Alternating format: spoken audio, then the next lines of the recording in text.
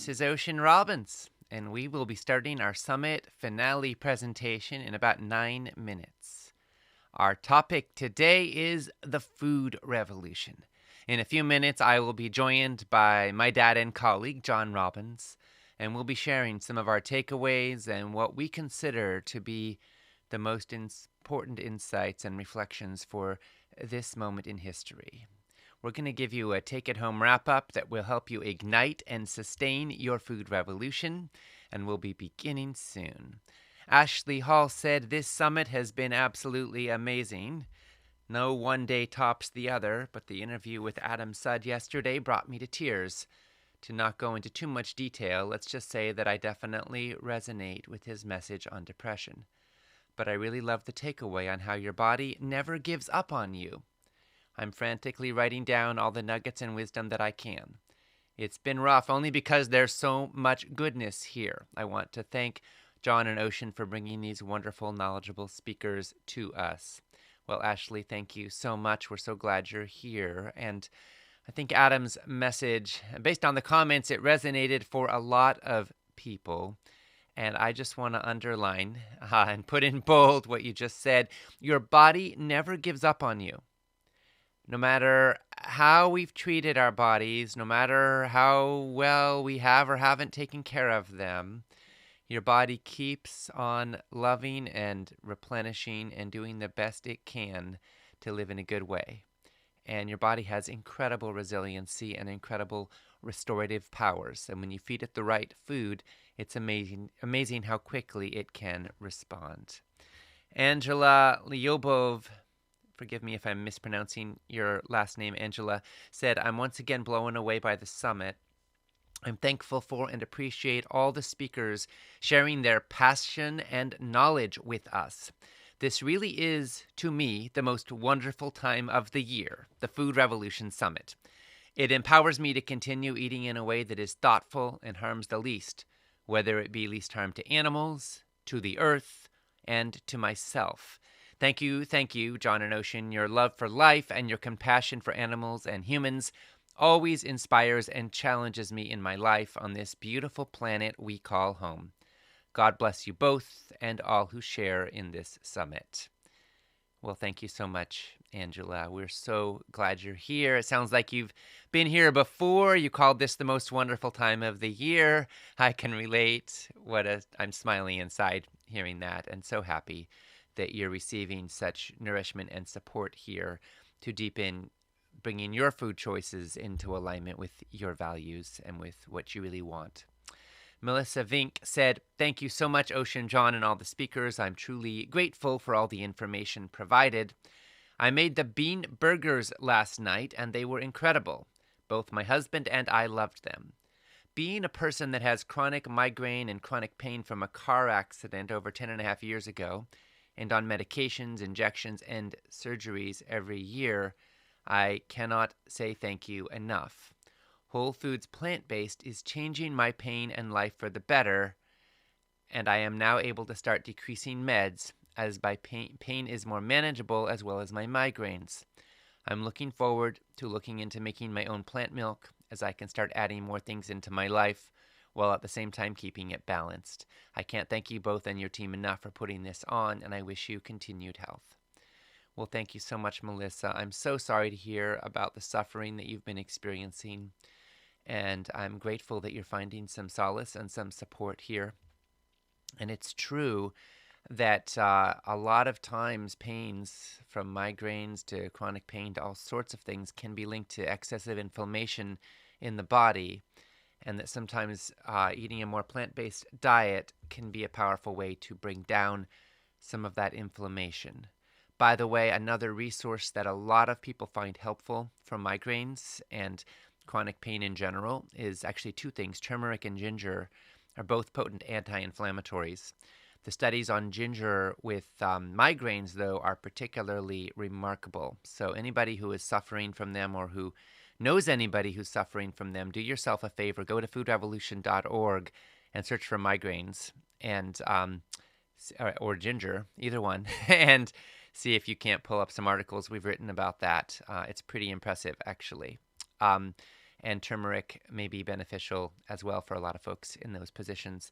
By the way, if you want to get a particular supplement that combines turmeric and ginger as well as DHA with a liposomal bioavailability enhancer, go to turmeric, the number 4health.com. That's turmeric, the number 4health.com to check out a product from Pura Thrive that I take every day. Gail de la Puente said, I'm sad too for the summit to be coming towards an end, but I've learned so much.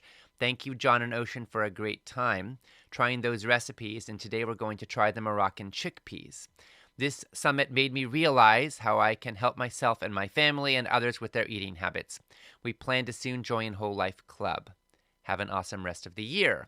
Well, thank you, Gail, so much. I love that you're making the recipes, and I love that you're interested in joining Whole Life Club. We'd love to have you in there. It's an incredibly supportive community of folks who are committed to applying all of this and going deeper and deeper with it and sustaining and optimizing for life. But let me just say the summit's not over.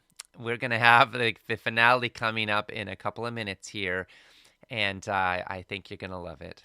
Wendy Robinson said, Hi, Ocean and John. Thanks for this summit. I'm a school nurse and gynecological cancer survivor, and the subjects discussed here have been extremely helpful personally and in my nursing practice. During this year of COVID-19, school nurses have been consumed with education and prevention. The evidence-based information presented has become part of my practice and will be shared with my students and staff. I handed an apple to a student the other day, and she responded, I haven't had an apple in 5 years. This is good. Personally, the hormone-related discussions have been very beneficial for me and my family. And thank you for all you do. Your hard work makes mine easier. She also said, I have a notebook full of notes to share in my practice and with my family. Well, Wendy, thank you so much for your service, helping care for young people and their health and well-being. And thank you for taking notes and passing it on. We want to make it a little easier for you.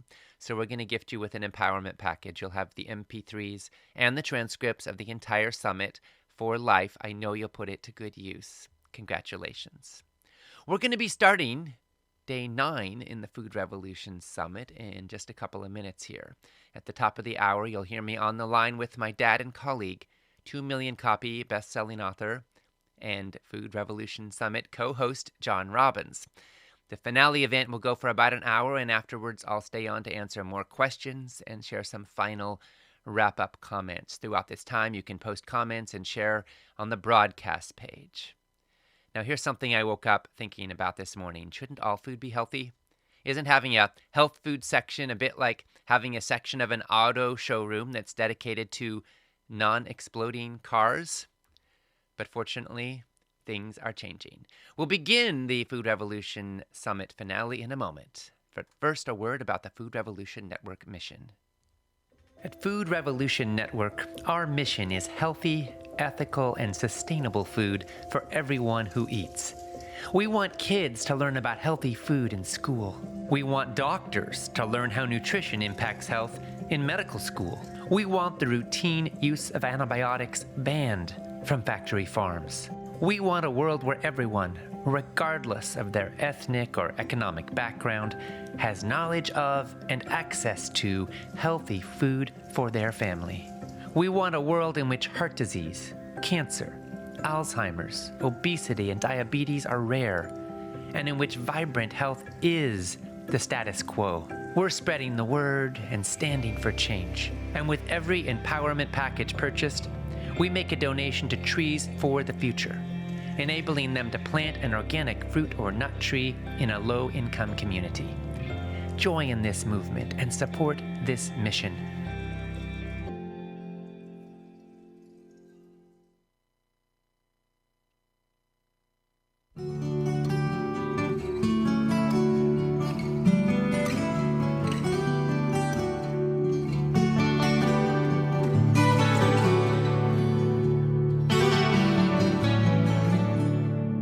Welcome to the Food Revolution Summit, where we explore how you can heal your body and your world with food. This is Ocean Robbins, and I am here now with my dad and colleague, John Robbins. For the last 8 days, you've been hearing him interviewing some of the top food experts on the planet. And now, on this final day of our summit, here we are. I am so grateful that I get to be here now and to work with one of my greatest heroes and dearest friends, my dad and my colleague, John Robbins. He's an inspiration to millions, and his books and work have helped to change the course of food history. He's the multi-million copy best-selling author of Diet for a New America and The Food Revolution. He's co-founder and president of Food Revolution Network. He's inspired millions of people to make food choices that contribute to health, compassion, and integrity. And he's received dozens of awards for his decades of leadership and service. Hopefully, during the course of this summit, through the remarkable dialogues he's brought forward with our speakers, you have gotten a chance to see something of how wise and insightful this man is. Working with him is one of the greatest joys and privileges of my life. And of course, I might be a little biased, but it's my personal opinion that my dad's most important accomplishment is being the father of Ocean Robbins. Well, Ocean, if you're biased, then so am I, because I do consider being your dad to be the greatest privilege and the most meaningful thing I've been blessed to do in this life. Oh, thank you so much.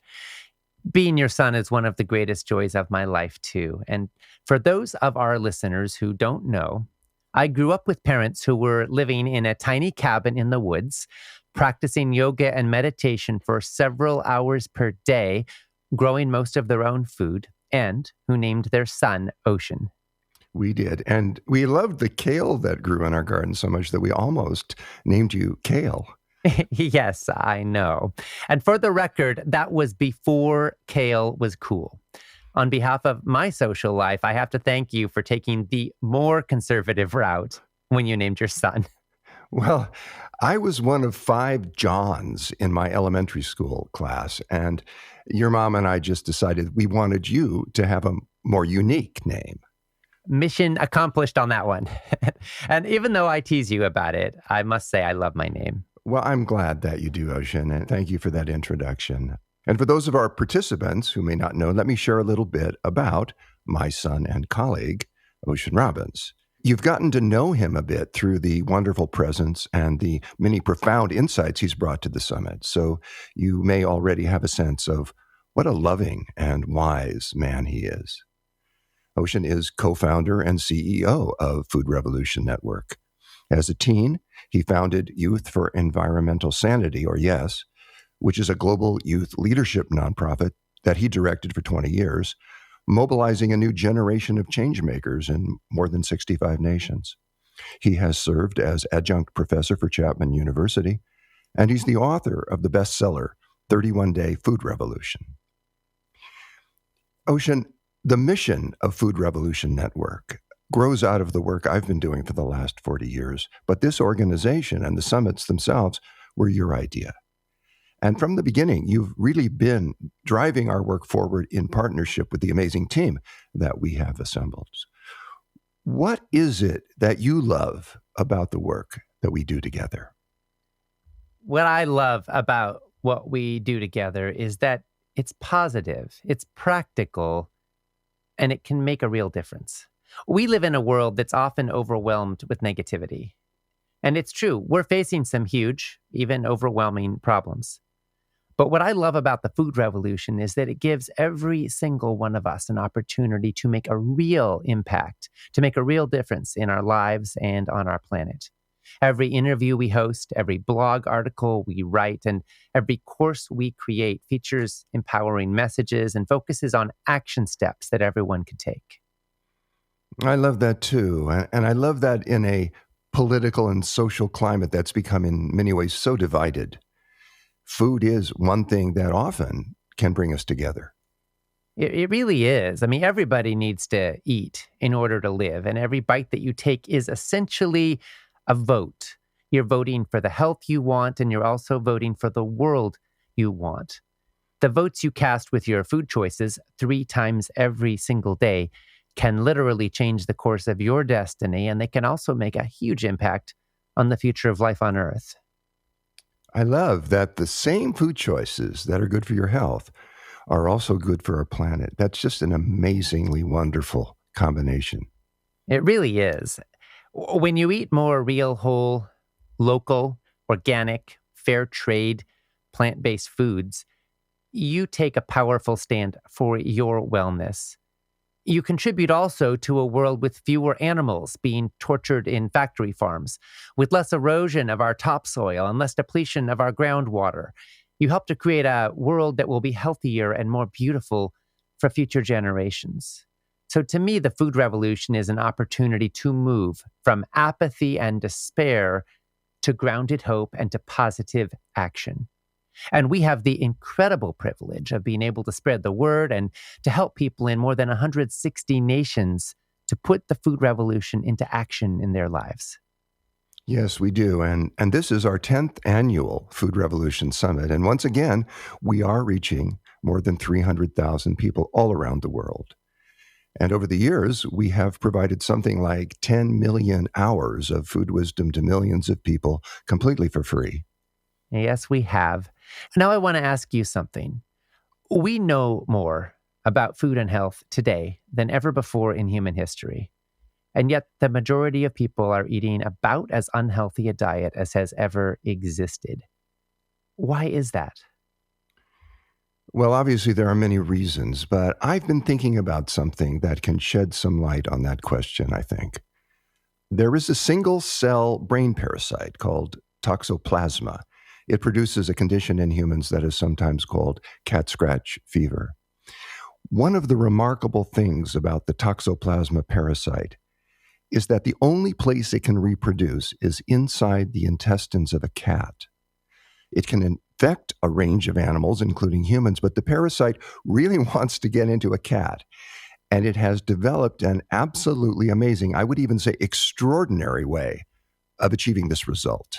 So, just to reframe here, this is a parasite that can only reproduce inside a cat, and it's developed a remarkable way of getting inside cats. Is that what you're saying? Yes, it is. And here's the amazing thing that it does. It infects rodents and then changes their behavior. Normally, mice and rats avoid cats like the plague. But a mouse or a rat that's been infected with toxoplasma suddenly seems to think that cats are their best friends. In fact, mice and rats who are infected with this parasite actually become sexually aroused by the scent of cat urine. Wow. It is amazing. And by diametrically changing the way rodents react to cats from profound aversion to powerful attraction, the parasite greatly raises the odds that a rodent it has infected will be eaten by a cat, which in turn greatly raises the odds that the parasite will find its way into a cat's intestines, where it can then reproduce. So, toxoplasma literally alters a rodent's behavior in a way that is suicidal to the rodent, but that is to the benefit of the parasite. Yes, exactly. And the question that comes to my mind, and the reason I'm mentioning that now is this. Are there ways that we're like these rodents? Have we been programmed to do things that cause us great harm, that can kill us, but that provide enormous profits to those who are programming us to act in such self-destructive ways? The highly processed foods that most of us are eating and the highly sweetened beverages most of us are drinking clearly cause an enormous amount of physical disease. But less well known is that they also change our emotions, our thoughts, the way we perceive the world, and what we're drawn to. And then, in a vicious cycle, they produce in us moods and perceptions that keep us stuck in making self-destructive choices about food and about many other things in our lives. When we eat junk food, when we eat fast food, when we eat ultra-processed food, we experience more feelings of loneliness and depression and anxiety. And then we're drawn to foods that provide momentary pleasure and temporary relief and distraction from this pain. We become more about immediate gratification and less about living with purpose and commitment to our health goals and to our values. Are you saying that the food industry today is selling us tasty and convenient products that are not just damaging our health, but they're also damaging our brains and our ability to make wise choices, including wise food choices? Yes, I'm saying exactly that. The junk foods, the fast foods, the ultra processed foods that are the norm today, they're not just producing illness in our bodies, they're also producing behaviors that leave us feeling lonely and anxious, depressed and distrustful, as well as illness prone. Do you think that this is part of the reason so many people are having such a hard time losing weight today? It's certainly one of the reasons. Today's big food companies are spending billions of dollars creating and marketing products that are highly addictive. And you have to hand it to them. They've succeeded in getting huge numbers of people to regularly overeat foods that make them sick and to make people feel that this is completely normal. That's quite an achievement when you think about it. Today, almost two-thirds of the total calories in the Western diet come from ultra processed foods that are high in sugar and chemicals and salt and unhealthy fats. These are food products that our ancestors, no matter what part of the world they're from, would not even recognize as food. Yeah. One result is that the average woman weighs more today than the average man did 40 years ago.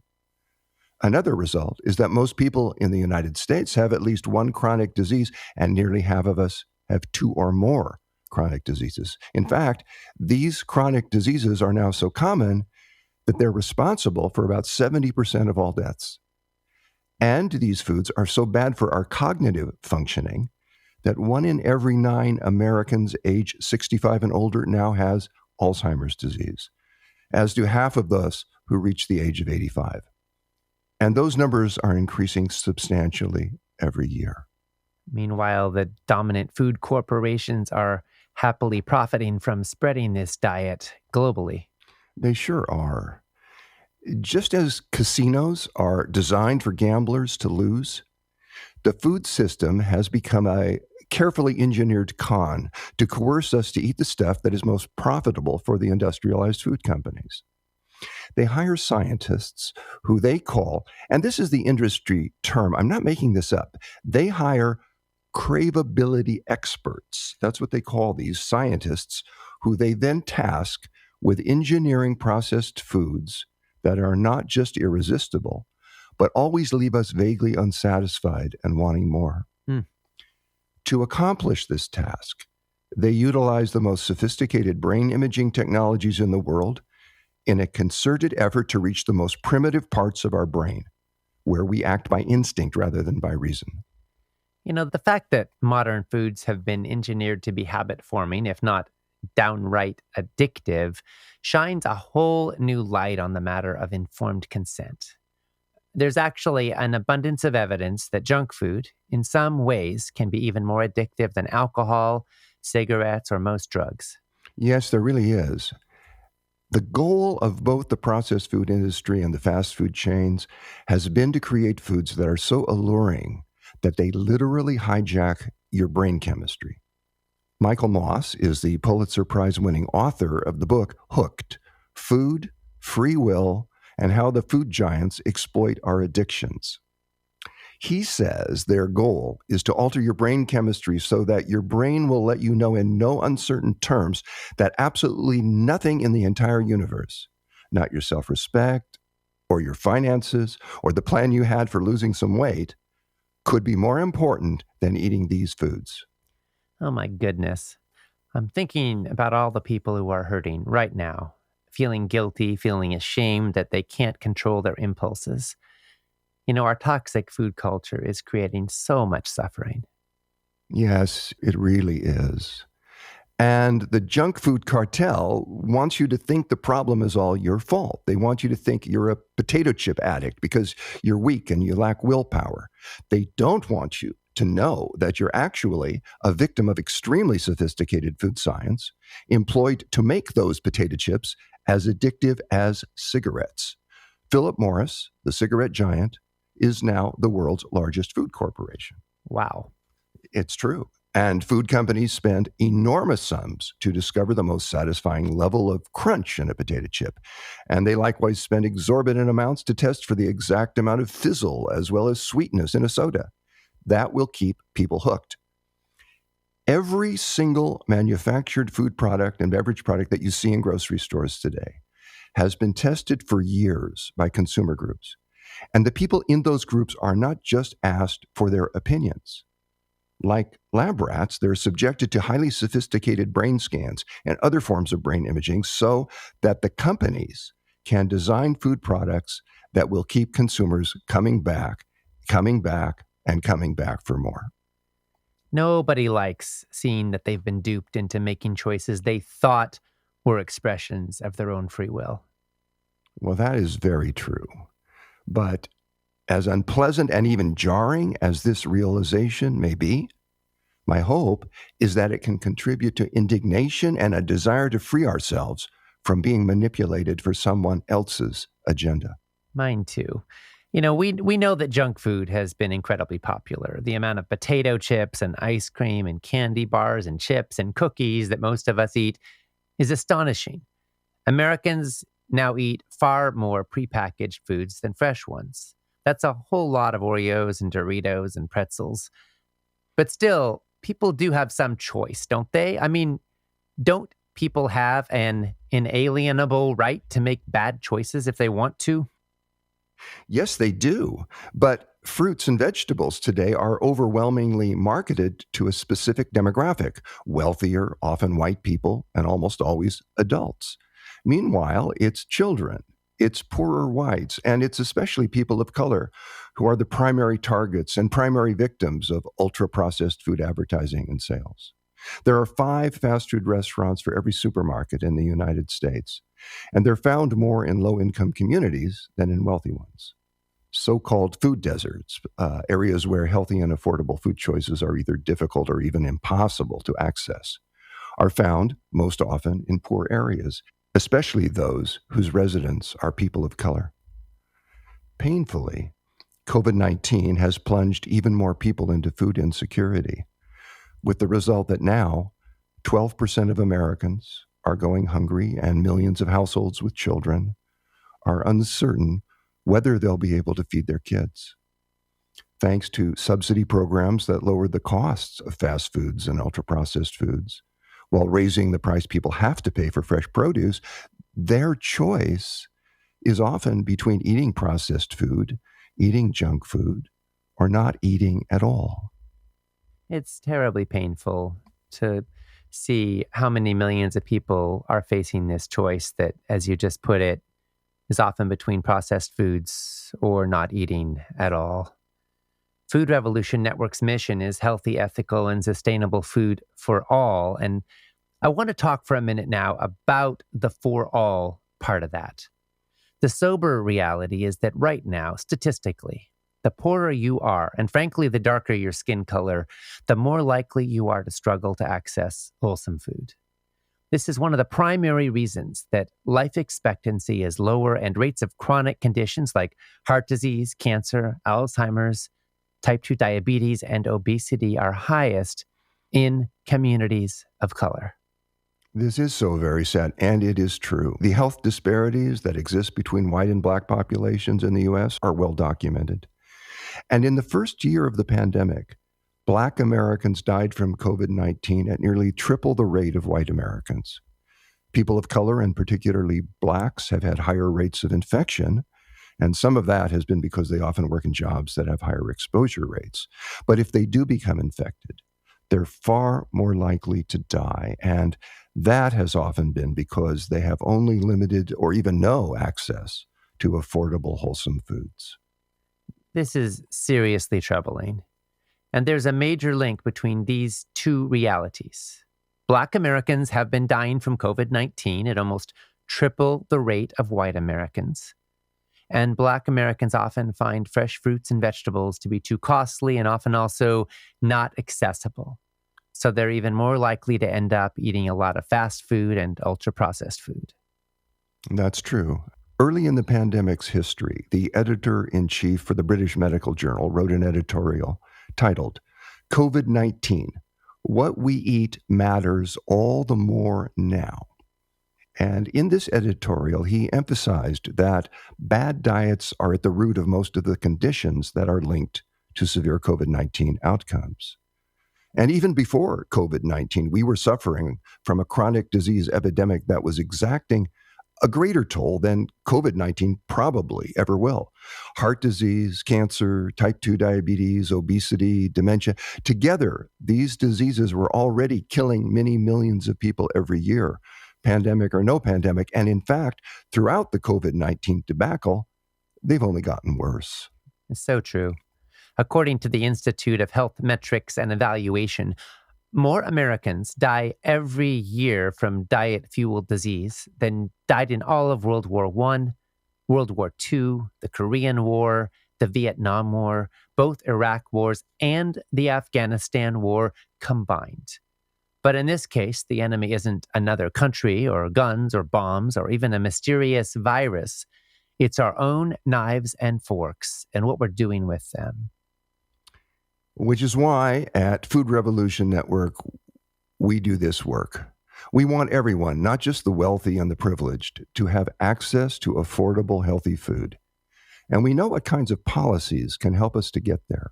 We could end the subsidies that spend tens of billions of taxpayer dollars in ways that bring down the price of white bread, high fructose corn syrup, and factory farmed animal products. These are the very foods that every credible health authority is telling us we should be eating less of. If we're going to subsidize anything, we should subsidize fruits and vegetables and nuts and seeds and legumes, the foods that tens of thousands of medical studies are telling us we should be eating more of. We could tax soda pop and other grossly unhealthy foods and beverages, and we could use the revenue to bring down the cost of fruits and vegetables. We could also reform how we handle food aid for low-income communities. Right now, 45 million Americans depend on the Supplemental Nutrition Assistance Program, or the SNAP program, in order to eat. A lot of them are kids. And I don't think any of us want to see a world in which people depend on SNAP dollars to feed their families. Almost everyone wants to be self-reliant and to have the resources they need to provide for themselves. But that's not the world we live in right now. And at this point in time, we've got a lot of people who are marginalized, who are on the edge. And the SNAP program is a critical safety net in the United States. Unfortunately, most SNAP dollars are not buying healthy foods. They are used disproportionately to buy potato chips, cookies, ultra-processed snack foods, and sugary sodas. The net result of this is that a lot of SNAP dollars, paid for by taxpayers, are buying foods that are making people fat and sick and increasing their likelihood of getting all the major chronic illnesses of our time. It is a sad reality that SNAP beneficiaries today are twice as likely to die of cardiovascular disease, 3 times more likely to die of diabetes complications. That is a sad reality. So, Ocean, what's the answer? Tens of millions of people depend on the SNAP program to feed their families. Well, they do, and the nonprofit organization Wholesome Wave has a solution. I think it's brilliant. It's proven, and it works. It's called Double Up Bucks, and it gives SNAP users double value when they use SNAP dollars to buy fruits and vegetables. It creates a financial incentive to buy more fruits and vegetables specifically. How many people are enrolled in this program? Right now, more than 500,000 Americans in over 20 states are in pilots that are testing out the Double Up Bucks program. Well, it sounds good, but a cynic might ask, well, if people get double value for fruits and vegetables for their money, they might buy more fruits and vegetables because it's sort of like they're on sale, but will they actually eat them, or will the fruits and veggies just rot in the back of the fridge? Well, that's a critically important question. What Wholesome Wave is doing right now is generating a gigantic proof of concept. They're marshaling all the data from all the studies so that ultimately these kinds of things can be embedded in federal and state policy in a long-term sustainable way. What they have found is that 90% of the people participating in the SNAP incentive program are reporting either increasing or greatly increasing how many fruits and vegetables they're consuming. Not just how many they buy, but how many they eat. So far, Wholesome Wave has gotten the U.S. government to earmark $250 million for testing out these kinds of programs. To take it to scale so that the program would reach all 45 million SNAP recipients would cost many billions of dollars, but it would also save many billions of dollars in long-term healthcare costs, and it would uplift the quality of life in the very communities that are struggling the most right now. You know, I like this a lot. You shouldn't have to be rich in order to feed real, wholesome, healthy food to your family. And I want fresh vegetables and fruits to be made far more affordable and far more accessible for everyone. Me too. And Wholesome Wave is helping bring that vision into reality with programs that directly address racial inequities, health inequities, and food deserts.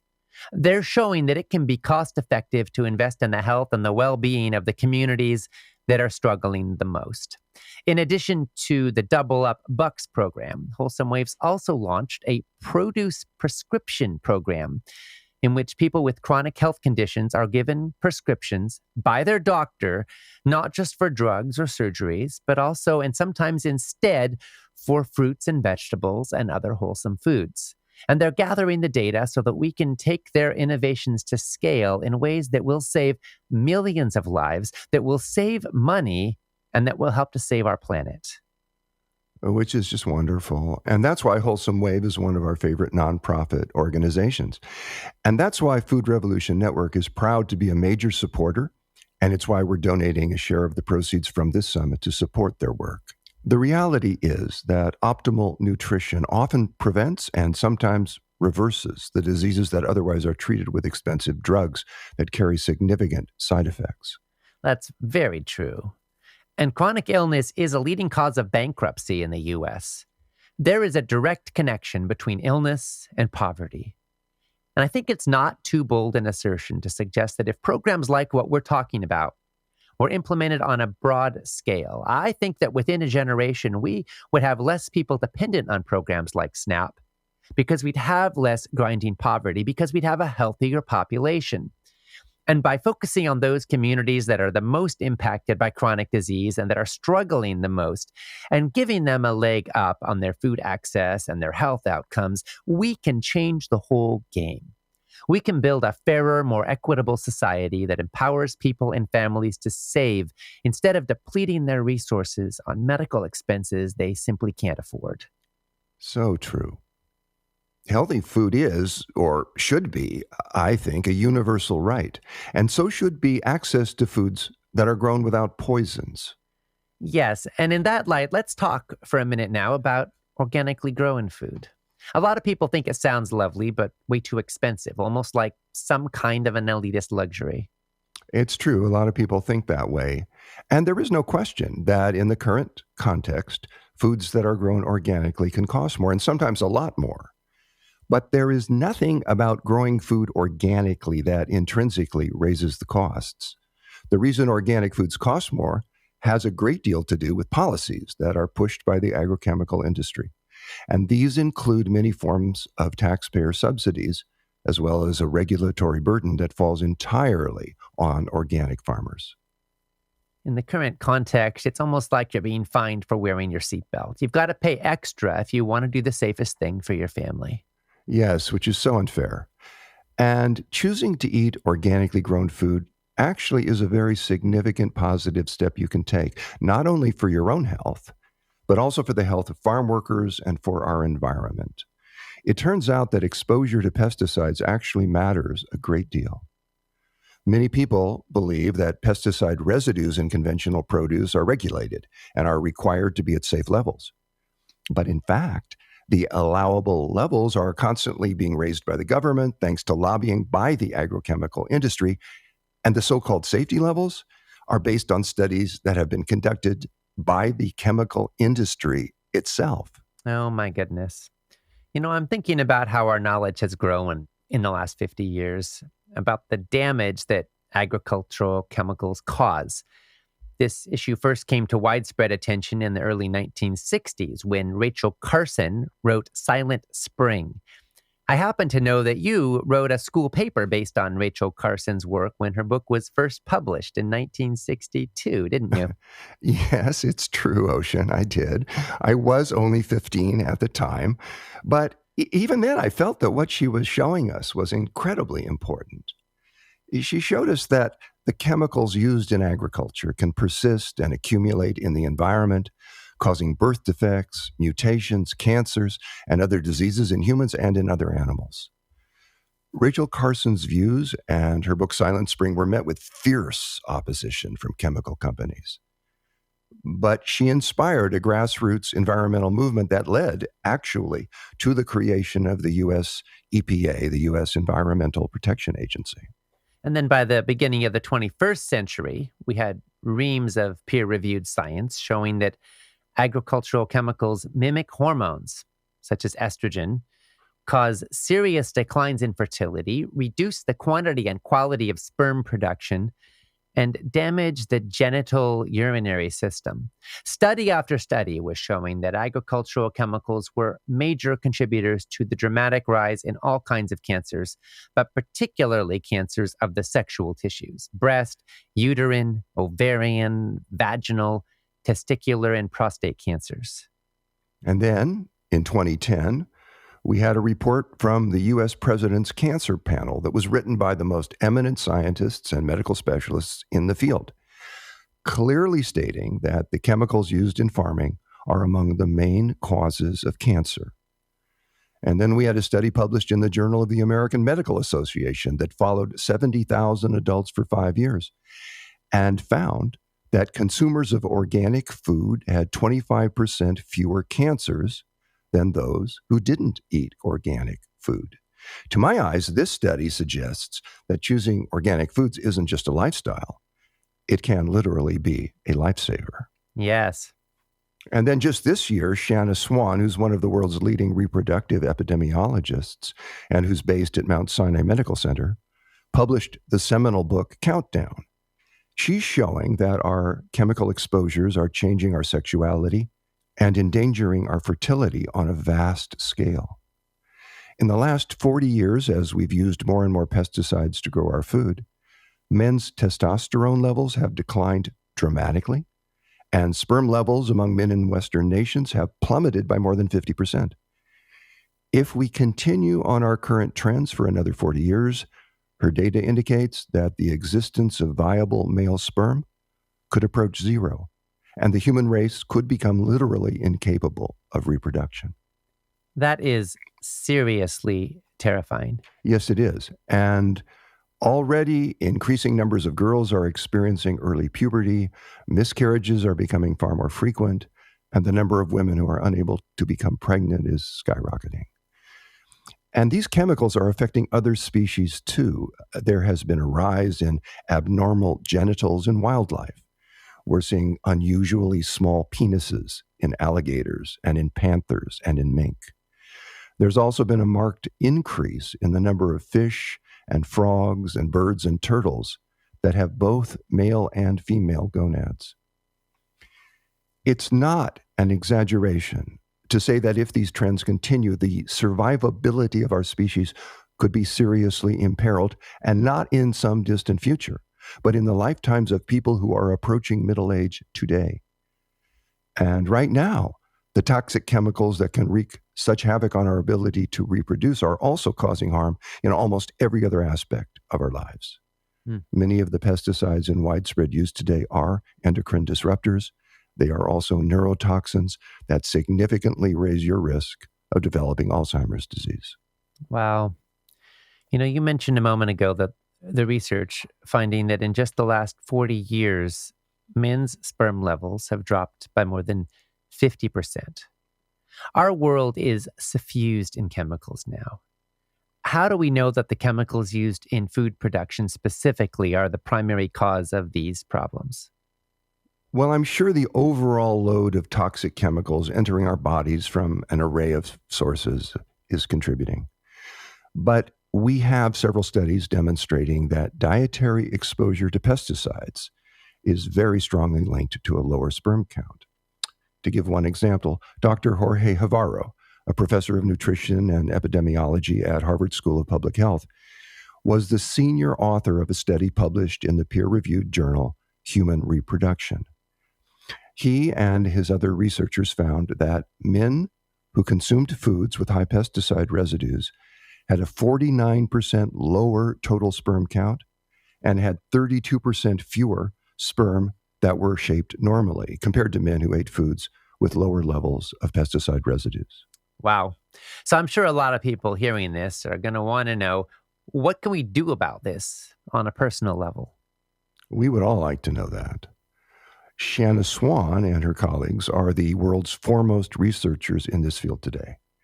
They say we should buy organic produce whenever possible. We should choose fresh and unprocessed foods. We should avoid industrial meat. We should store our food in glass, metal, or ceramic containers rather than plastic. And we should prepare meals at home as often as possible. I think those are all great ideas for many reasons. They certainly are. We know that we've all been exposed to a wide array of toxic synthetic pesticides, and we know that certified organic food is produced without those pesticides. But can eating organically grown food really reduce levels of pesticides in our bodies? Well, they can. The answer is yes. Just last year, a series of peer-reviewed studies found that we all have pesticides in our bodies, but an organic diet can reduce them by 70%. How long does it take? Well, in these studies, researchers found that switching to an organic diet decreased the levels of Roundup's toxic main ingredient, the carcinogen and endocrine disruptor glyphosate, in people's bodies by 70% in just 6 days. That's powerful. And I'm thinking there's something that needs to be said at this point. Although we should buy organic produce whenever we can, thousands of studies tell us that we will be far healthier if we eat more fruits and vegetables. The vast majority of those studies looked at populations consuming non-organically grown produce. So while organic is clearly preferable, if you can't get organic, don't let that stop you from eating plenty of fruits and vegetables. Well, that's for sure. If you're choosing between organic Twinkies and non-organic broccoli, go with the broccoli every time. Yes. And it's also a good idea to learn the best way to wash non-organic produce. There's a trick that allows you to remove most of the unwanted residues. For non-organic fruits and vegetables, the best produce wash, based on studies, involves soaking your produce in a mixture. You combine 1 part baking soda with 100 parts cool water, and you soak your fruits or vegetables in that solution for about 10 minutes. This simple act can dramatically reduce the amount of sprayed-on surface chemical residues that remain. Which is really important.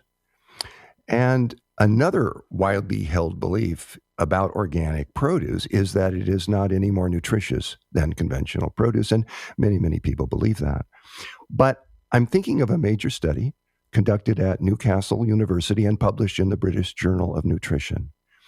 The researchers analyzed 343 studies, making this the most extensive analysis of nutrient content in organic versus conventional food ever conducted. What these researchers found were substantially higher levels of antioxidants in the organic crops compared to conventional crops. And this is important because antioxidants have been linked to lower rates of cancer, lower rates of Alzheimer's disease, and lower rates of many other illnesses. Is there any reason you can think of why organic crops would have more antioxidants? There is indeed. Plants naturally produce antioxidants to defend themselves against pests and diseases. When we eat foods that are high in antioxidants, we, in turn, are better able to defend ourselves against diseases. But when chemical pesticides are used on plants, they kill the bugs. And the result is that the plants don't receive the activating influences that would cause them to generate antioxidants for their own defense. So the foods grown with pesticides are not only much higher in pesticide residues, they're also lower in antioxidants and many other nutrients that we need in order to ward off disease and to stay healthy. That's true.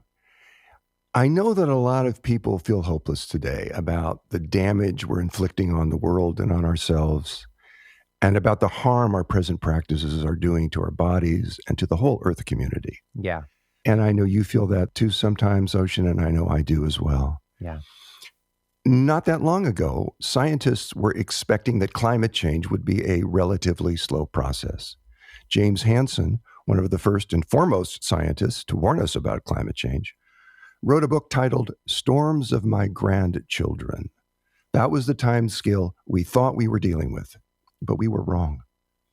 Last year, 2020, was for many of us defined by the pandemic. But as Roy Scranton and others have pointed out, 2020 also gave us the West Coast's worst fire season in history and the most active Atlantic hurricane season on record. While our attention was often occupied by the pandemic, 2020 also gave us near record lows in Arctic sea ice, possible evidence of major methane release from both Arctic permafrost and the Arctic Ocean, enormous wildfires in both the Amazon and the Arctic, and shattered heat records in nations around the globe. While a microscopic virus was upsetting all our lives, coral reefs continued to bleach, sea levels continued to rise, and the last fully intact ice shelf in the Canadian Arctic collapsed. In short, climate change continued to wreak havoc, and even with the economic shutdowns that took place, our greenhouse gas emissions continued to increase. Mm.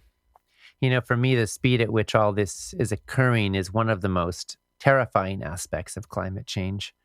A lot of us are frightened by it, and some of us find it just too scary to think about. The American Psychological Association has actually begun talking about something they call eco-anxiety. It isn't a formal diagnosis, but it's increasingly commonly recognized. Eco-anxiety is defined officially as the dread and helplessness that come with watching seemingly irrevocable impacts of climate change unfold and worrying about the future for oneself, children, and later generations. That's the official definition of eco-anxiety.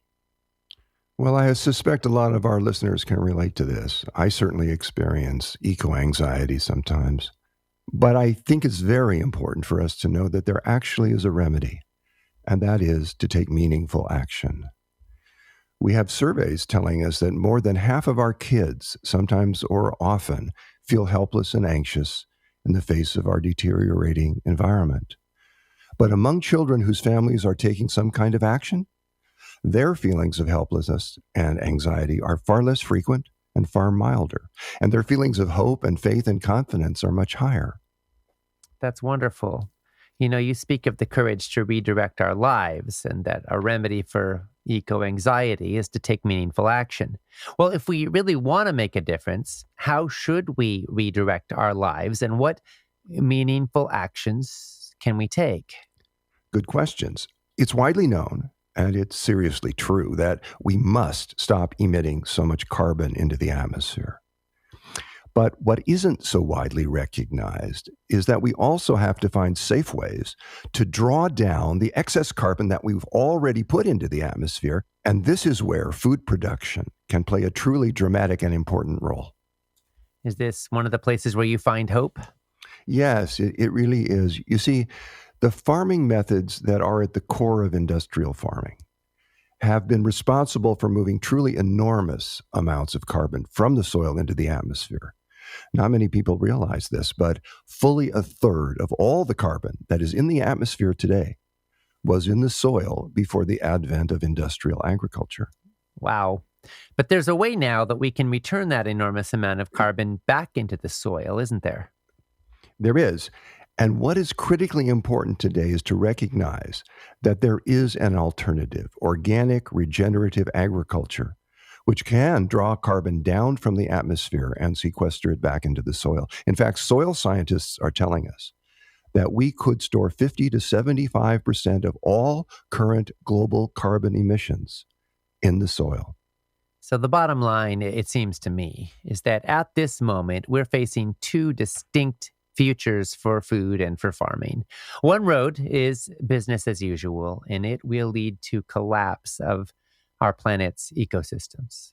But there is another path we could take that would lead to regeneration of our soils, preservation of our biodiversity, and increasing health for humanity. Yes, there is, in fact, a realistic direction we could take in which food would be produced ecologically, grown organically, and distributed democratically. This is a path of regenerative agriculture that would sequester carbon and allow us to feed ourselves while helping to heal the earth. And one key part of that path, one key step, is that we need to greatly reduce our consumption of meat. Yes. In fact, if cattle and dairy cows were a country, they would be responsible for more greenhouse gas emissions than the entire European Union. Or put another way, if cattle and dairy cows were a country, they would be more responsible for climate change than 28 developed nations with a combined population of more than 500 million people. 5 of the largest meat and dairy companies combined produce more greenhouse gas emissions than ExxonMobil, Shell, or BP, the top 3 oil production companies. And the venerable David Attenborough recently made a film in which he urges the public to ditch meat and encourages plant-based diets as a means to help save our world. That's true. We have normalized eating amounts of meat that are terrible for our bodies and disastrous for our planet. Not to mention horribly miserable for the animals involved. And fortunately, we are finally beginning to recognize this. A recent headline in The Guardian said, "Avoiding meat and dairy is the single biggest way to reduce your impact on Earth." And another said, "Biggest analysis to date reveals huge footprint of livestock. Meat production provides just 18% of calories, but takes up 83% of farmland." And then the World Wildlife Fund report found that 60% of global biodiversity loss is due to meat-based diets. And the Washington Post asked, how will 9 billion or 10 billion people eat without destroying the environment? And answered, a core message is that efforts to keep climate change at an acceptable level won't be successful without a huge reduction in meat consumption. To be specific, cheeseburgers are out and fruits and veggies are in. You know, more and more people are listening and taking this to heart. One sign of this growing awareness is that the Beyond Burger and other plant-based meat alternatives are making huge inroads swiftly into mainstream eating patterns. When people going to McDonald's and Burger King find plant-based burgers on the menu, this not only makes them more accessible, but it also starts to normalize them as a legitimate option. Investments in plant-based alternatives to meats, eggs, and dairy products are skyrocketing. Business analysts are predicting that alternative meat will continue to grow exponentially for the foreseeable future. I consider this all very good news. I know no animals are confined in factory farms for the production of these plant-based meat alternatives, and I know they have huge environmental benefits compared to beef. For example, Beyond Meat's burger uses 99% less water, 93% less land, and produces 90% less fossil fuel emissions compared to beef. So even though I'm not convinced that these products are all that much healthier than the animal products they're replacing, I am convinced that the pressure on the planet will be impacted in a huge and positive way as more and more people replace meat with these kinds of plant-based options. I will personally mostly stick to eating beans instead of beef. But I'm rejoicing that these plant-based burgers are in fact being eaten now by many people who otherwise would probably be eating meat. You know, you just mentioned eating beans instead of beef. Recently, Dr. Helen Harwat from Harvard University and a team of scientists that she led from a number of other leading universities calculated what would happen if every American made a single dietary change substituting beans for beef.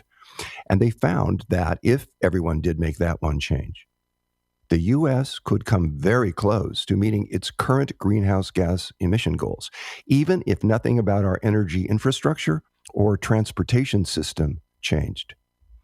The researchers also found that a beans for beef swap would mean much less deforestation. And if Americans traded their beef for beans, the researchers concluded they would free up almost half of all the land used for food production in the country. Yes. It's clear that switching from beef to beans would be a hugely beneficial shift for the environment and for the climate. And what I find to be remarkable is that this same switch from beef to beans would also dramatically lower our rates of dementia, of heart disease, of type 2 diabetes, and of many, many other afflictions. Yes, and the benefits don't even stop there. The UN Food and Agriculture Organization says that growing more beans, lentils, and other legumes is one of the most powerful steps we can take to improve the health of the world's soils. And this is a critical thing to do because the state of the world's soils has become a serious problem and is threatening to worsen hunger and poverty levels. Planting beans and other legumes can really help because these crops uniquely transfer nitrogen from the atmosphere into the soil. This is really beautiful. We have nutritionists telling us that legumes are excellent sources of protein and fiber and many essential minerals and phytochemicals. And we have soil scientists telling us that legumes have a unique capacity to take nitrogen out of the air and draw it into the soil, which eliminates the need for farmers to use fossil fuel-based nitrogen fertilizers. And as well, one thing we've learned from the study of the blue zones, those areas in the world where people live the longest and healthiest lives, is that there is one major thing all of the people living in the different blue zones have in common, and that is that they all eat a lot of beans and other legumes. So beans and lentils and other legumes are a big part of the answer to the world's nutritional needs, a big part of the answer to the fertility needs of the world's soils, and a big part of how we can address climate change. So, are you saying that if we all swap beef for beans, that's going to take care of climate change? No, not at all. We also very much need systemic change. It will help tremendously if a lot of us eat far less meat, but we also need to do a lot more, including holding corporate polluters accountable. The fossil fuel industry has been granted the greatest market subsidy ever, the privilege to dump its wastes into the atmosphere at no charge. We need policies that force polluters to pay for the climate change done by their products.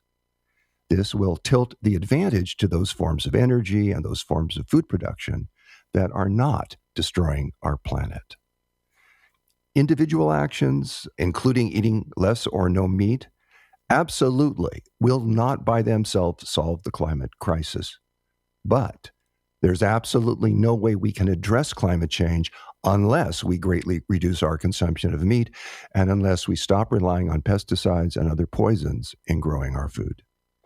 A lot of people believe these days that beans and other legumes are dangerous because of the lectins that they contain. Yes, much of this confusion arises from a book titled The Plant Paradox by a Dr. Stephen Gundry. In this book, he tells us that lectins in certain plant foods, including beans and other legumes, are the biggest danger in the American diet and are killing us. I consider his book to be among the most misleading books ever written on the topic of food and health. Why?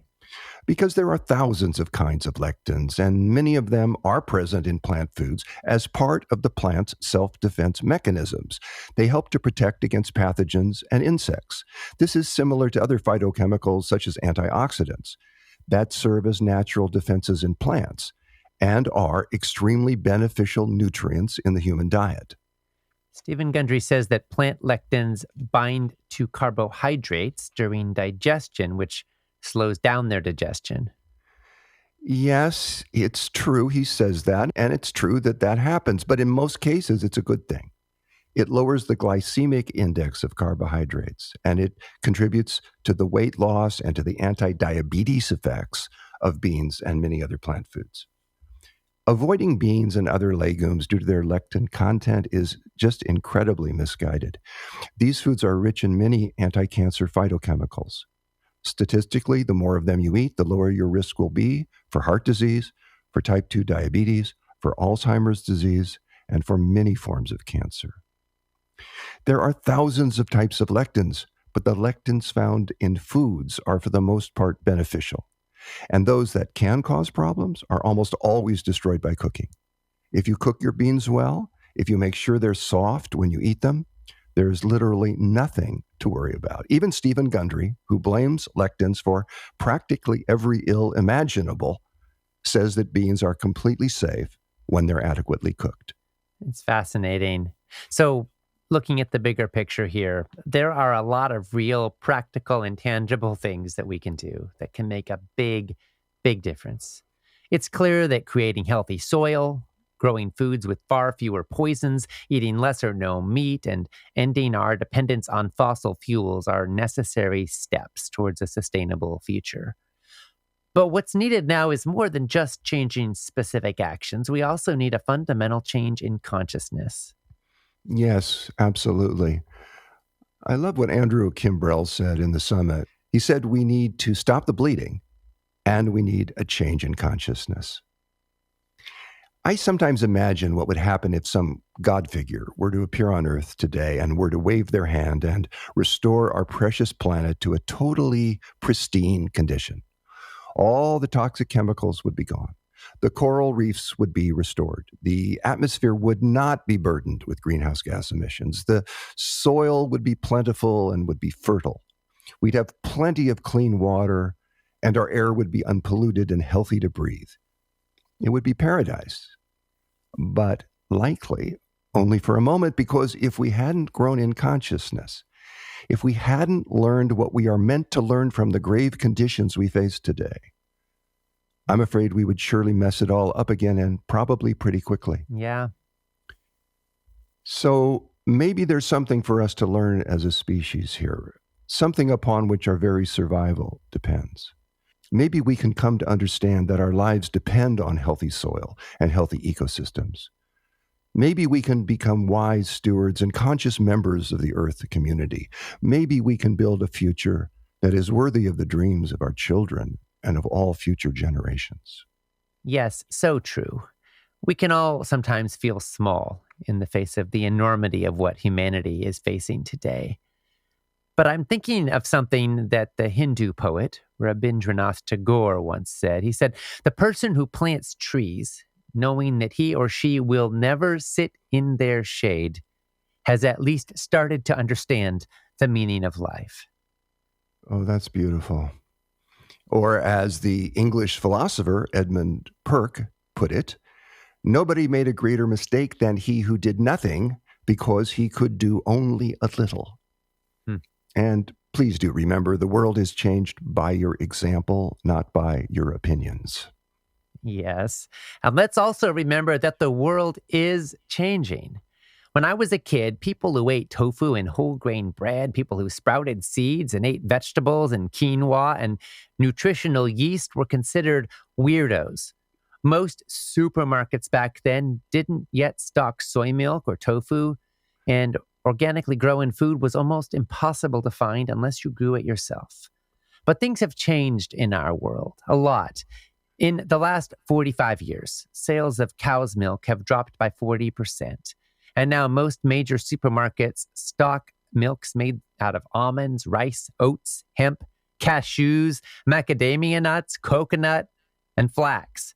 Retailers like Costco and Safeway and Walmart are selling organic produce with pride. And in the United States, sales of organically grown food have more than doubled in the last decade. And local and regional food networks are growing. In the last 20 years, the number of farmers markets in the U.S. has more than tripled. The number of farm to school programs has more than quadrupled. And the number of CSAs, or community supported agriculture programs, has likewise skyrocketed. Those are all remarkably wonderful developments. And in recent years, more than a dozen countries have passed regulations limiting or banning junk food marketing to children. Chile is an example. In 2016, half of all the 6-year-olds in Chile were overweight or obese, half of the kids. But then the nation put into effect the world's strongest combination of taxes and marketing restrictions and bans to date. And almost instantly, Chilean children went from seeing nearly 10,000 junk food advertisements every year to seeing next to none. And at the same time, Chile instituted an 18% tax on sugar-sweetened beverages, as well as a junk food tax. And the immediate result was that 70% of shoppers changed their buying habits, and the sales of junk food and soda dropped dramatically. Now, this all took place so recently that we don't yet have data on the impact of these changes on childhood obesity rates, but all projections are that they'll be found to drop substantially. And Mexico's another example. 10 years ago, Mexico led the world. They were number one in both soda consumption and in obesity. Vicente Fox, the country's president from 2000 to 2006, had formerly been the president of Coca-Cola Mexico, and he thought nothing of drinking 8 to 12 bottles of Coke a day. One of the reasons people in Mexico drank more soda than people in any other country in the world was because they had limited access to safe drinking water, and the cost of bottled water was higher than the cost of Coke. But then, in 2014, the country instituted a modest tax on soda and junk food and used the revenue to make clean water more available. We can expect that even this modest change will prevent hundreds of thousands of cases of diabetes and bring about major reductions in strokes and heart attacks and obesity. Medical education and practice are beginning to change too, and it's about time. The sad reality is that most doctors today learn next to nothing in medical school about how to prevent disease with diet and lifestyle. In fact, even though food is the foundation of health, in less than a third of the medical schools in the United States is there a single required course in nutrition. That's why in 2019, Food Revolution Network teamed up with the American College of Lifestyle Medicine to launch a campaign to get nutrition taught in medical schools. We decided to focus the campaign on changing the medical board licensing exams because it turns out that most medical schools teach to the test. And right now, the licensing exams that are used in the United States have almost no questions about food or nutrition. So together with the American College of Lifestyle Medicine, we developed a strategy to write 1,000 new diet and lifestyle-related questions that could be utilized by medical schools as part of their exams. Together, we raised $250,000 to get those questions developed and approved, and we expect that they will begin to be implemented in medical schools starting this year. That's a wonderful development, and I'm very grateful that we've been able to play a part in that. Yes. I also have huge appreciation for Dr. Michael Clapper, one of our dearest friends and a speaker in this summit. He founded a nonprofit called Moving Medicine Forward, and he's providing nutritional education to tens of thousands of medical school students using online and in-person instruction. More and more medical schools are excited to bring him in and to make use of the curricula that Dr. Clapper has developed. So over time, as a new generation of medical school graduates come into practice, we can project that the face of medicine will be changing. And I hope that soon lifestyle and diet will become the first line of defense that doctors prescribe when they want to help their patients to prevent and even to reverse chronic conditions.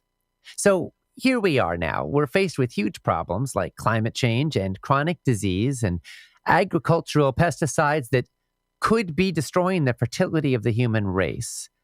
But there are answers. A whole foods, plant-strong, organically grown diet has enormous power to provide solutions to all of these issues in dramatic ways. There are steps we can take, personally and collectively, to move toward a brighter and a healthier future. Yes, there are. And I say all this with you to our listeners, knowing that sometimes all of this can feel overwhelming. There are days I feel not so much like a drop in the bucket as like a drop in the ocean. Yeah. But we're not alone. Every day, more and more people are becoming fed up with toxic food and committed to actions that can lead to more healing. Every day, we each have choices to make that can make us healthier as individuals and healthier as a society. Yes. And wherever you come from, whatever your background, we are all living now at a pivotal moment. Right now, you are part of a global uprising of people who are helping to reverse the chronic disease nightmare that has become the norm in the industrialized world. You are part of a surging movement of people who are voting every day with their food choices, with their life choices for greater health, greater self-reliance, and a healthier planet. Yes, our problems are great, but you are not alone. Every day, more and more people are learning to cook, planting gardens, donating to help provide healthy food to people who are hungry, reversing chronic disease, ending cycles of intergenerational poverty, and learning how to make food the foundation of health. A great deal of suffering and loss is present, and more is inevitable, but so too is love. So too is hope. And I believe that the love and the hope we bring to a moment such as this matters now, and it also helps to shape the future we will create together. Yes, the future we are creating together. And now I would like to close with a prayer. It's a prayer that I've used to end all 10 of my books and every Food Revolution Summit we've held so far. It's a simple prayer. It lives very deeply in my heart and it guides my life. May all be fed. May all be healed. May all be loved. May all be fed. May all be healed. May all be loved. This is Ocean Robbins. And John Robbins. And the entire team of Food Revolution Network. Thanking you so much for joining us in this, our 10th anniversary Food Revolution Summit, and for all the ways that you participate in standing for healthy food, healthy people, and a healthy planet. It's a privilege for us to work with you to help build a brighter future for all.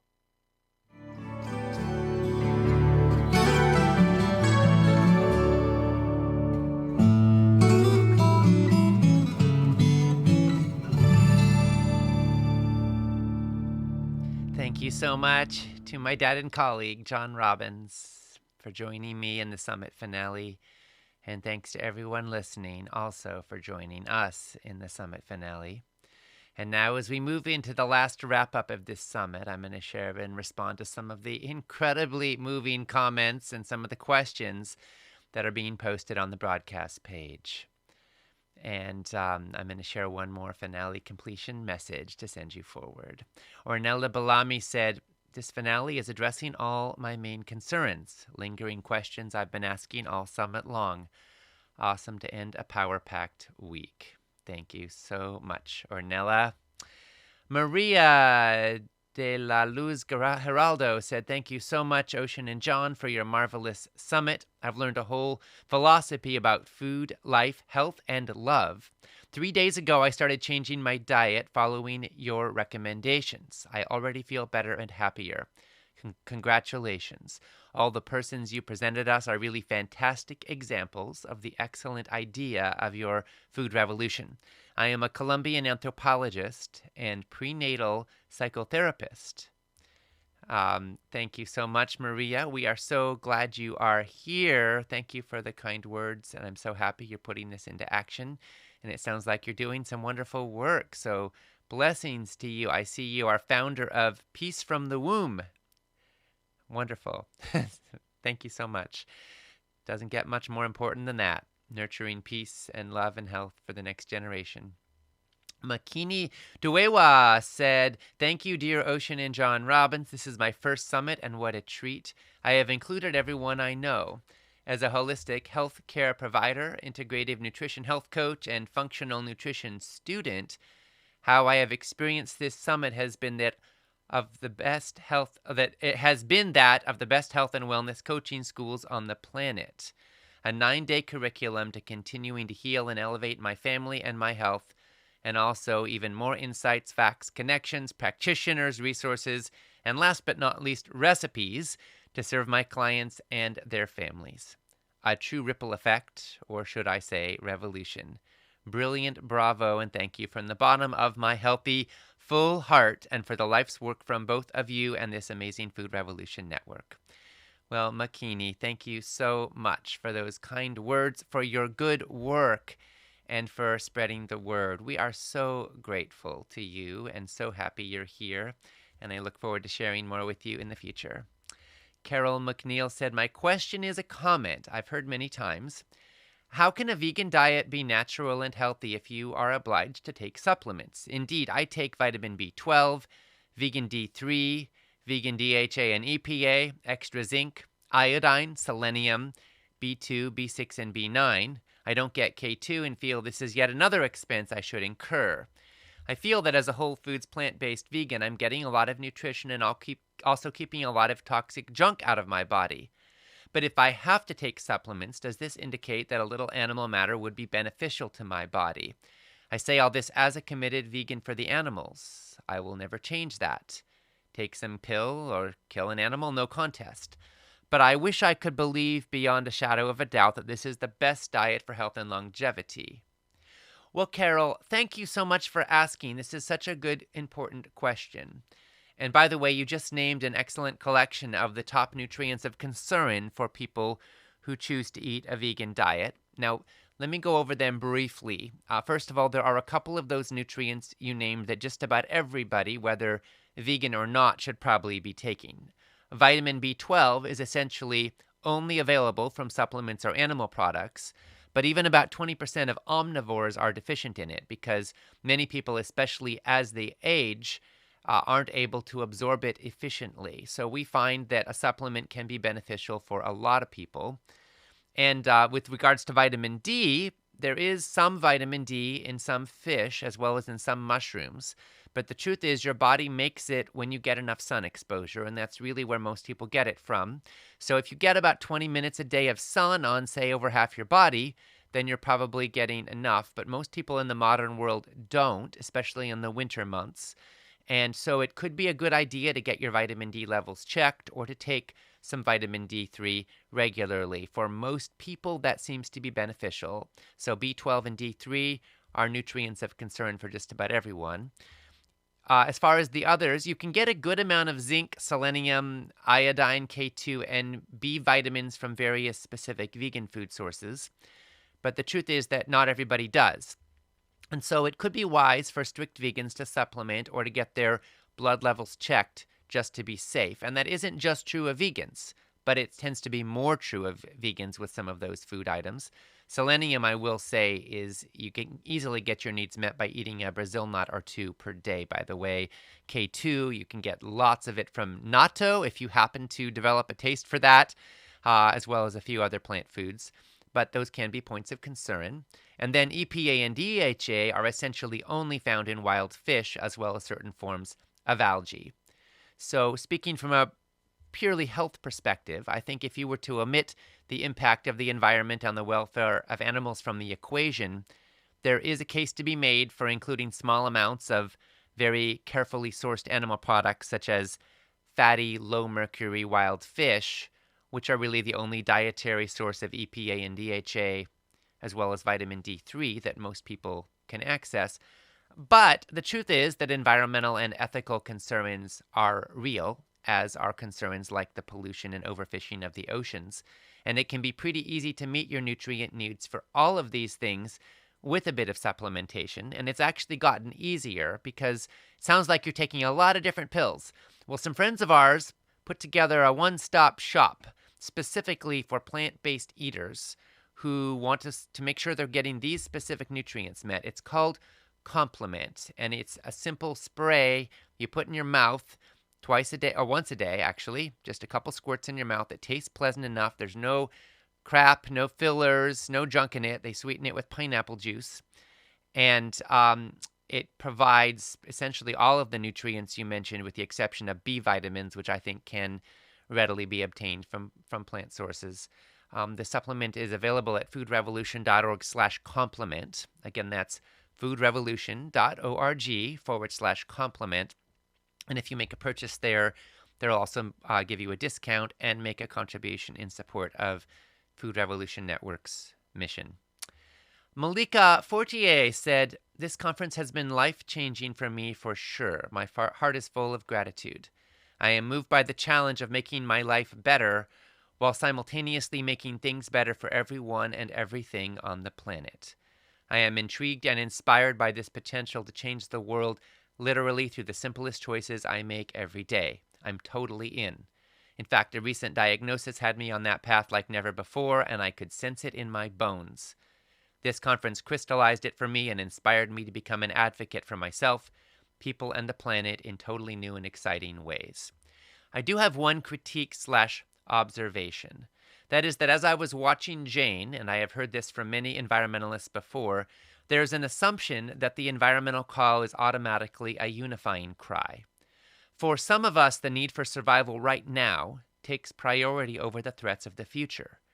This doesn't even begin to address the feelings of hurt and anger that some African Americans I know in particular feel, who have the sense that there is more compassion for dogs and cats than people, being shot down in the streets repeatedly, or dying for lack of health care or access to good organic foods, or the open public lynchings that make many people still concerned today to even walk in certain neighborhoods.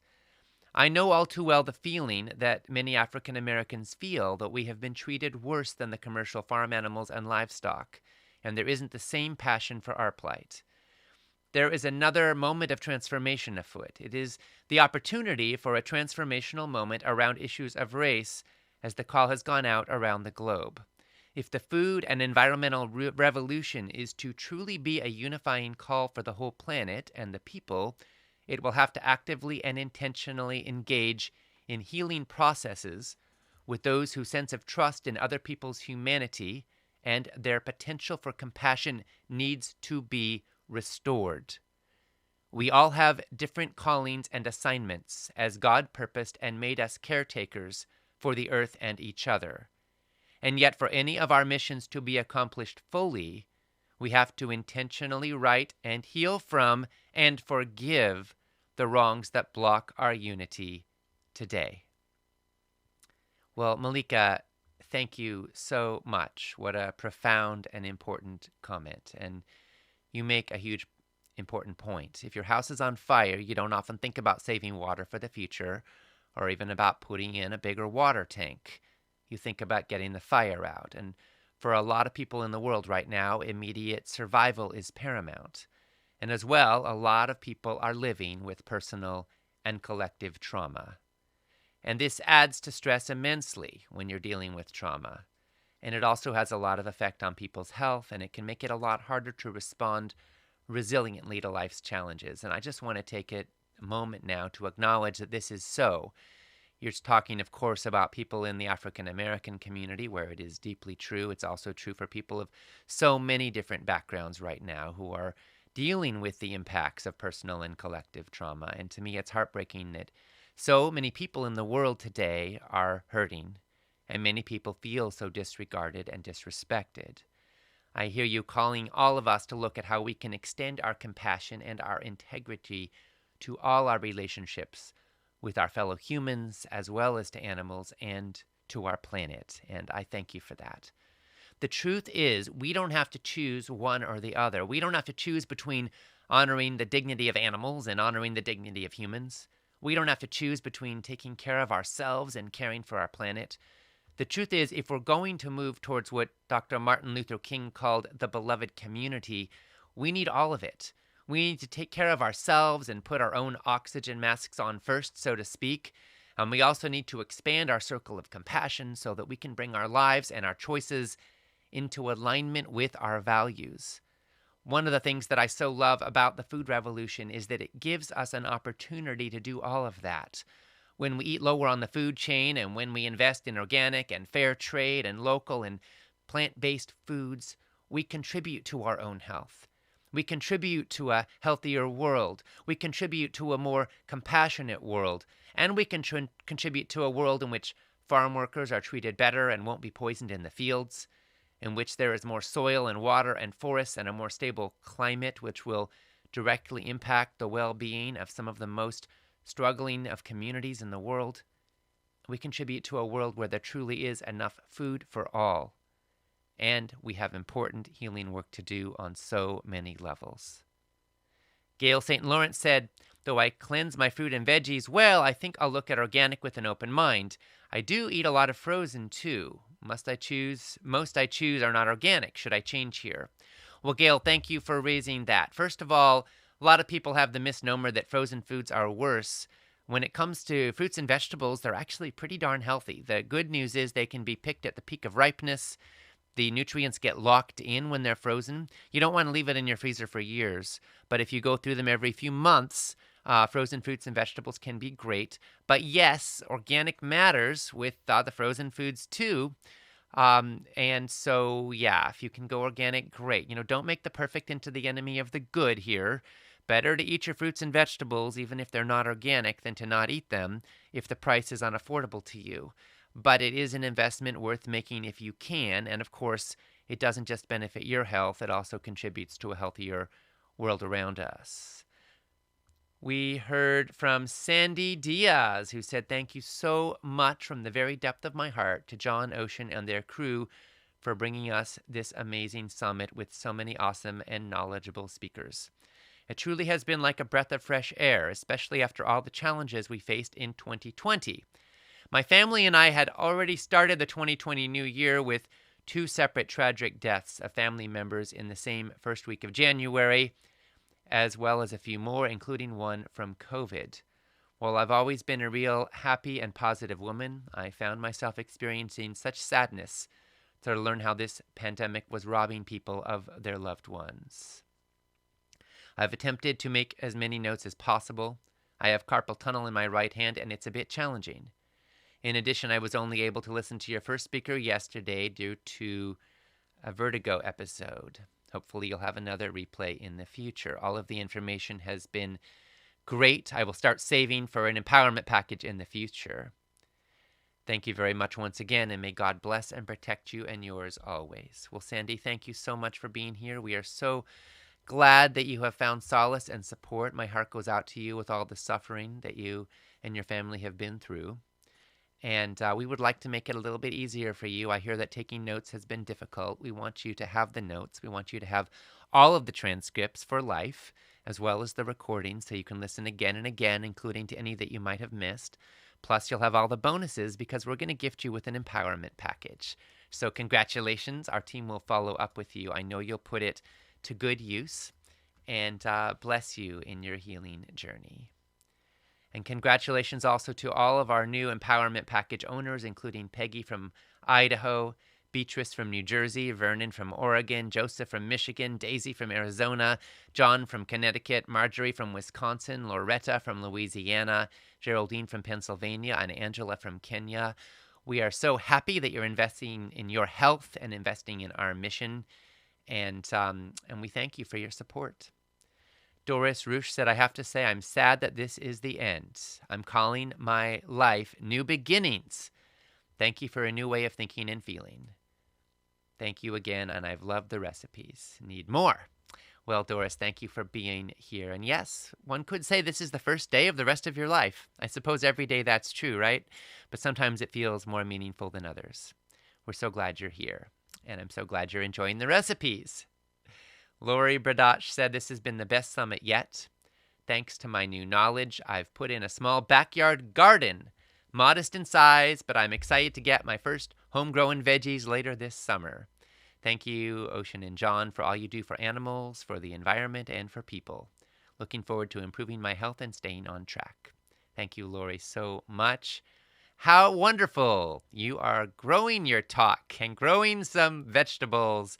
To everybody listening, growing vegetables is one of the best ways to eat vegetables. Studies show when people grow gardens, they eat more vegetables. And they are the most healthy, awesome, fresh vegetables on the planet. It's a wonderful way to reconnect with your own natural rhythms, reconnect with the earth, and develop wonderful, healthy food systems. It gives you food security as well. There's so much to love about growing gardens. So congratulations to you, Lori, and everybody else who's planting some seeds, metaphorically or literally, this week.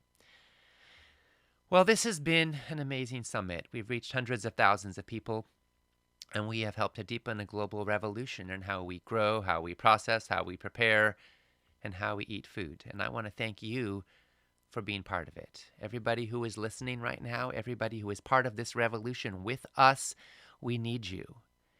With knowledge comes responsibility and opportunity and possibility. And I hope that you are gaining knowledge here and now that is empowering and supportive to you in your journey. And what's going to land the plane is what you do. Well, this summit is opening a mighty door. And what you do now is to walk through it and live it and keep optimizing and sustaining and deepening. And if you feel like your diet's already impeccable, spread the word. Cook for others, contribute. Ask, how can I help contribute to a world with healthy, ethical, and sustainable food for all? That's Food Revolution Network's mission, and hopefully now, in some way, that seed is planted in your life as well. Now, let me say none of this would be possible without all the people who are investing in our work and in their own health by getting the empowerment package. And let me put in a word about that. It gives you the entire summit for life, plus the transcripts and over $2,000 worth of health-boosting, life-changing bonuses from our speakers and partners. It also supports our work as we stand for a food revolution. This year, we're advancing campaigns to get nutrition taught in medical school, to get routine use of antibiotics out of factory farms, to promote planting fruit and nut trees in low-income communities.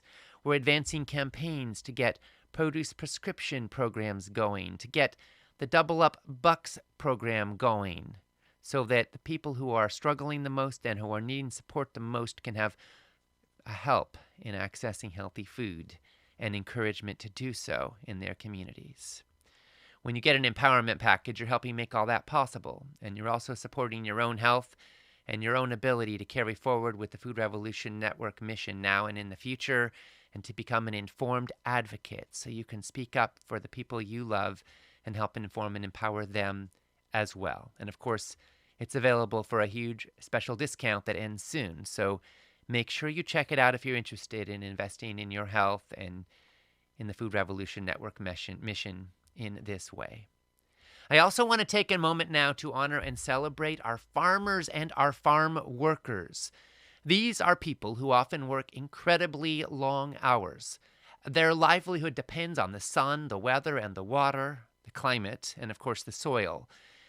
Their labor literally enables us to eat, and a lot of them face tremendous pressure in the direction of mechanization and pesticides, and treating farms and farm animals like factories.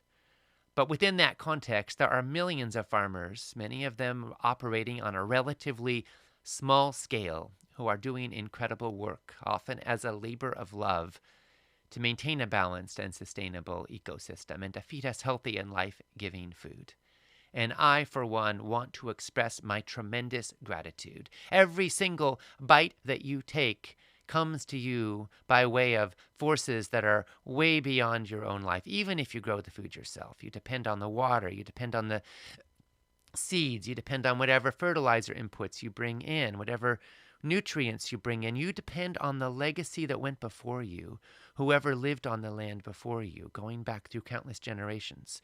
All the animals and plants and humans that have lived in this place have created the conditions out of which we grow food today. So let us give thanks and let us recognize with every bite we take a feeling of gratitude and a feeling of reverence. Even when food is not growing organically, even when the practices are not the best, there's still a lot of labor that went into it and a lot of grace and a lot of love and a lot of blessings. And so let's give thanks and recognize that we are partaking with every bite we take in an ecosystem. And let's bring ourselves as best we can into right relationship with that ecosystem so we can be wise stewards of our own health and of our web of relationships. You know, a lot of people are celebrating and honoring my dad and me today, and we do feel incredibly privileged to be able to be of profound service to so many people. I also want to hold up how grateful we both are for the immense support that we receive. Speaking for myself, I feel like I'm one of the luckiest guys on the planet. My wife of 27 years, my beloved Phoenix Robbins, is the greatest partner I could have ever imagined. Phoenix helps me to know and be true to who I am, supports and affirms me, and loves me intelligently and brilliantly with such a full heart. Phoenix is absolutely at the core of all that I do and accomplish and give. If you've been touched or moved or inspired by anything I've been able to share or give in this summit, I want you to feel Phoenix's presence there too. And I'm grateful to my mom, Deo, who has to be one of the finest and most love-centered humans in the history of the world. I feel so blessed to witness the love and the purpose and the transformation and the service that she and my dad have been co-creating for more than 50 years. Her presence is in all of this summit in a profound way as well. And I also want to take a moment to celebrate my twin sons, River and Bodhi, who are 20 years old, who have been listening in to much of the summit and ask me every day of my life how the food revolution is going and listen avidly and share so many ideas. And thank you also to Joy and Tomas and Carmen and Jocelyn and everyone else who's made our little home eco-village community such a beautiful and love-filled place and has been tuning into the summit throughout this time. And I also want to celebrate and appreciate Sierra, Michael, Mark, Karen, Chris, Veronica, Anne-Marie, Chelsea, Josh, Liana, Zach, Lily, Victoria, Grace, Nicole, Jason, Tracy, Max, Lauren, Rodrigo, Rebecca, Jessica, Rob, Jacqueline, Chrissy, and everybody else who is part of the Food Revolution Network team, who have truly poured your hearts and your souls into making this all possible. We are in this together every single step of the way, and I'm so grateful to all of you. I truly would, you all listening right now, you wouldn't be hearing this without the Food Revolution Network team, who have made such a flawlessly brilliant delivery, made this accessible to millions, have participated every step of the way in building an organization that is helping to build a movement. And in honor of our staff, my dad and I are making a donation to Wholesome Wave to support their produce prescription program and their Double Up Bucks program, which are piloting pathways to truly advance the mission of healthy, ethical, and sustainable food for all. Of course, I also want to thank you, our participants, because you are making this summit, and more importantly, the mission this summit stands for, possible. And because of you, it isn't just possible. It's got legs, it's got roots, and it's got wings. It has potency, it has power, and it's going to move and grow and take root and change lives and help us to change this world. We really are in this together. And I want to thank especially, I already named Nicole, but let me name her again, Nicole D'Andrea Russert, registered dietitian nutritionist, who's been making the fabulous recipes you've been enjoying throughout this summit. And today we have 3 recipes of the day, one of which is available with a demo video. That one is Sunny Cashew Coleslaw. This is an amazingly delicious coleslaw, and it's actually a recipe that I think comes from my mom, Deo Robbins. And Nicole used this one, loved it, and decided to share it. It's a nutty, seedy, veggie blend that might have your taste buds dancing and your soul singing with all the textures. You get amazing sulforaphane, you get delicious cashews. It's an incredible mix. There's also blueberry orange muffins. These come, actually, this is a recipe from me. Believe it or not, I ran a bakery starting when I was 10 years old. It was called Ocean's Bakery. Sold baked goods door to door around the neighborhood, all natural baked goods. I was on the front page of the local paper, the Santa Cruz Sentinel. It said, "Boy isn't very rich, but he's got dough." And it was my first entrepreneurial venture at the age of 10. And so this is a recipe that's based on the recipe that Ocean's Bakery was using back, 37 years ago. So anyway, this is the blueberry orange muffins. They're delicious and protein-rich nuts and sweet berries and fiber-filled oats. And then lastly, creamy carrot curry soup. Carrots turn this into a creamy and fragrant deliciousness. And my dad developed this one.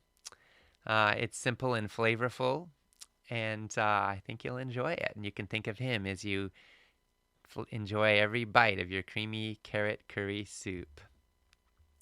So now here we are nearing the end of this Food Revolution Summit, and I want to invite you to take a moment to reflect on what this all means for you.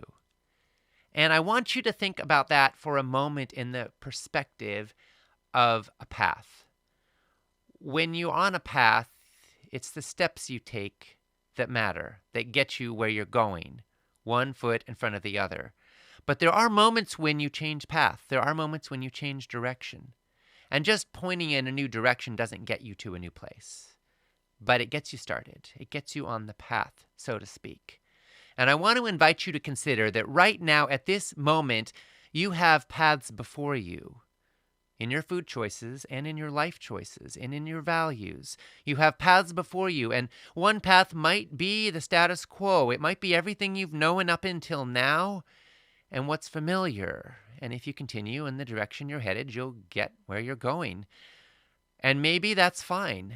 But if there are tweaks, if there are new insights and new wisdom you want to bring to shift the course of your life, this might be a moment right now as we stand on the top of a metaphorical summit to take a look at the landscape and to ask yourself, where am I headed? And where do I want to be headed? And what is possible? And is the path I've been on really serving me and my values? Is it really serving my love and my purpose and my nature and my community and my relationships with humans, with animals, and with the planet?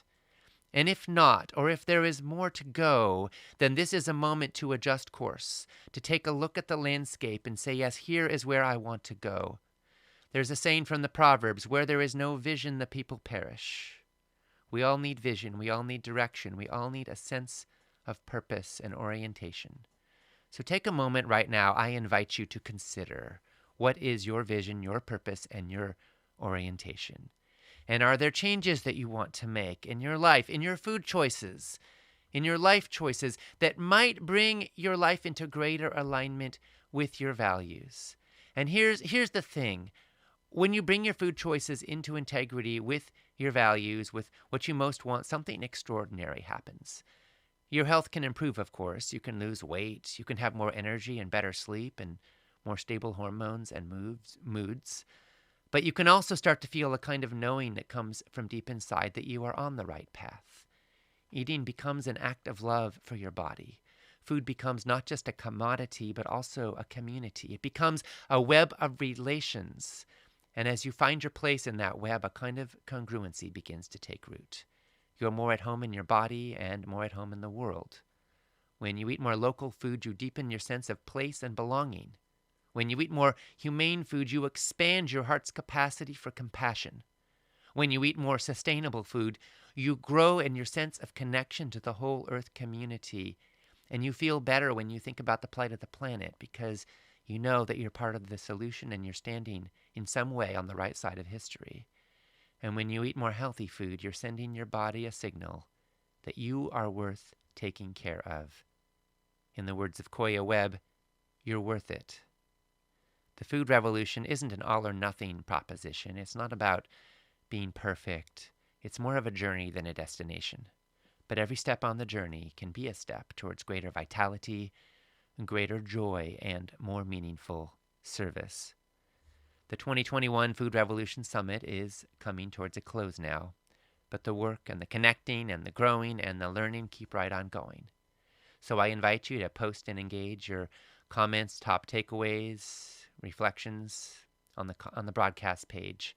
You can also respond to the comments of others so that you can see that other people are, so we can build this fabric of community together, so they can see that you care, and so we can support each other in the journey. And I want to invite you also to check out the empowerment package so you can own it all for life. Stay tuned for future emails from us that will be telling you about more exciting opportunities to be a part of this mission with us and put it all into action. This now concludes the 2021 Food Revolution Summit. But our work together is just beginning. On behalf of myself and my dad and colleague, John Robbins, and on behalf of Food Revolution Network and all of our team, on behalf of all of our speakers and organizers, on behalf of all future generations, I thank you for joining us and for all the ways you participate in the building of a more healthy, sustainable, humane, and loving world for all.